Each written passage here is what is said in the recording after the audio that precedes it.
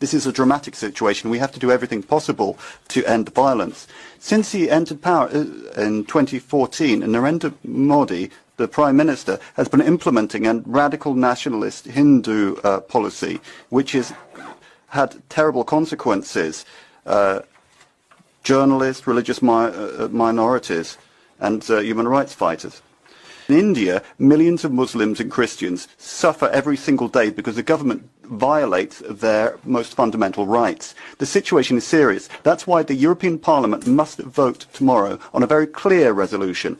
It has to be clear in denouncing the nationalist discourse of Mr. Modi. We should all be worried about the worsening human rights situation in India. Freedom of press has narrowed.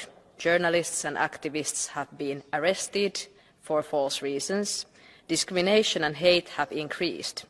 And this is also what I saw personally when I visited India in December.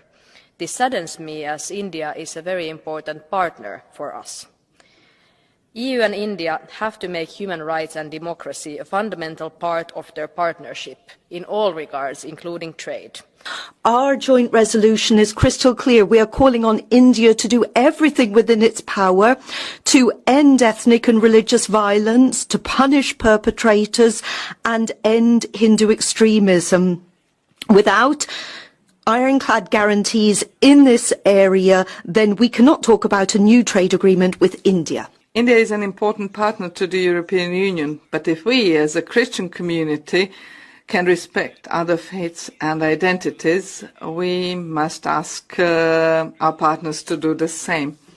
I propose an urgent visit by the European Special Envoy for Religious Freedoms to India, and the way Indian government will treat this proposal will show whether the authorities there are, for the time being, only powerless in such cases, or whether they knowingly allow persecution of religious minorities by radical groups. And for political leaders to refrain from making inflammatory statements. They should impartially mediate tensions and reject any nationalistic rhetoric.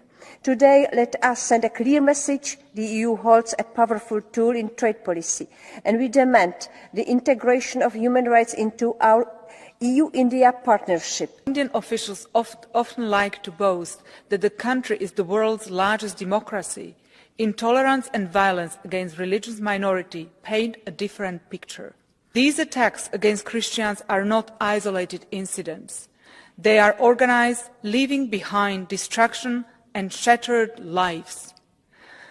The EU cannot close its eyes to these crimes. With this resolution from the European Parliament, we call on the most populous democracy in the right just to do what it is duty-bound to do in its constitution, to maintain religious freedom also for Christians in Manipur. Despite the gravity of the situation, authorities are not taking sufficient action and fostering peace dialogues, while the Manipur Tribal Forum's plea for protection of the Kuki tribe by the Indian Army has been rejected by the Supreme Court.